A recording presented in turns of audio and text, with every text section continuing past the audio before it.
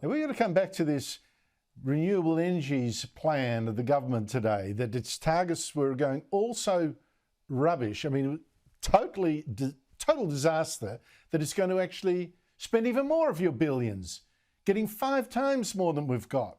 I mean, seriously. Joining me is Australia's top finance writer, Terry McCrann of the Herald Sun. Terry, the Albanese government sees its renewable energy targets all in trouble, decides to spend even bigger to get a 500% increase at a price it won't even tell us. I mean, I'm just stunned. Your reaction?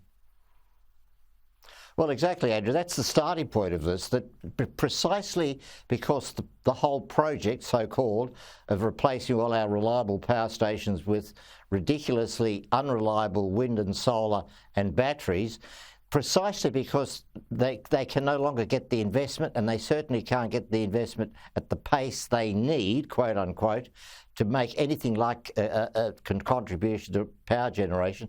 They are trying to now force feed it. As you say, they've upped by 5 times the amount of money and the objectives in this part of the scheme. They now talk about getting 32 gigawatts of power generation. And it's actually zero real power generation. If you break the 32 gigawatts down, 9 gigawatts only is what they call firming power, which we would regard as a real power station, a coal-fired power station, a coal power station, or perish the thought, a nuclear power station. No, they are batteries that can run for 2 hours. In one case, they claim 4 hours. The other 23 gigawatts is wind and solar and who knows what else in terms of the fantasy power generation. So not only is it going to mean that this doesn't add anything really substantial to our grid, but it's going to accelerate the closure of the real power stations, the coal-fired ones, because obviously when the wind does blow and the sun does shine, the power, so-called, that is generated is free, and it makes it impossible and has to be used, and it makes it impossible for a real power station to continue to operate. So this is a disaster in dollar terms. It's a disaster in terms of actually creating reliable power, and it's going to accelerate the closure of the remaining power stations that we actually have.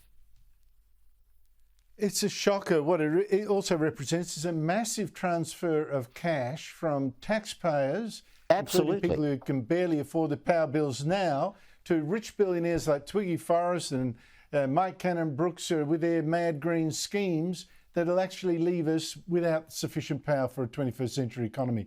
Look, I just cannot believe what I just saw today, and I hope the rest of the media wakes up to what's going on, because this is a disaster for the country. But meanwhile, Terry, the Reserve Bank Governor, Michelle Bullock, now says that our high inflation is not caused, as the government keeps saying, by the way, by what's going on overseas. No, it's domestic. Here she is today. The remaining inflation challenge we're dealing with is increasingly homegrown and demand-driven.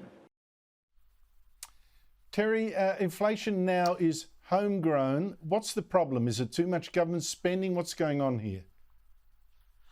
Well, it's a whole range of things, Andrew. Yes, too much government spending. The whole population explosion caused by migration, which is pouring demand into the economy, and particularly demand for infrastructure. I mean, you've got this ridiculous situation where we need to bring in migrants to build the infrastructure for those migrants. I mean, it's a round robin which doesn't add anything to the economy in a basic sense, just creates more pressures in the economy. And obviously too, it's some of the residue from the COVID years where we had supply chain issues and all the rest, which have started to feed into a sustainable, by that I don't mean that positively, a sustainable level of inflation which becomes self-creating. So I think that I'm very impressed by what Michelle Bullock has been saying in the last month, because she really is laying it out very clearly that she has a job to get inflation down, and she's going to do her job even if it causes pain. And I think that's very important. She's not going to be somebody that kowtows to the government and gives them an easy ride. I think that's absolutely correct. She's told the government, I'm not your girl. I think she's being quite strong here. Terry McCrann, thank you so much for your time. Really appreciate it.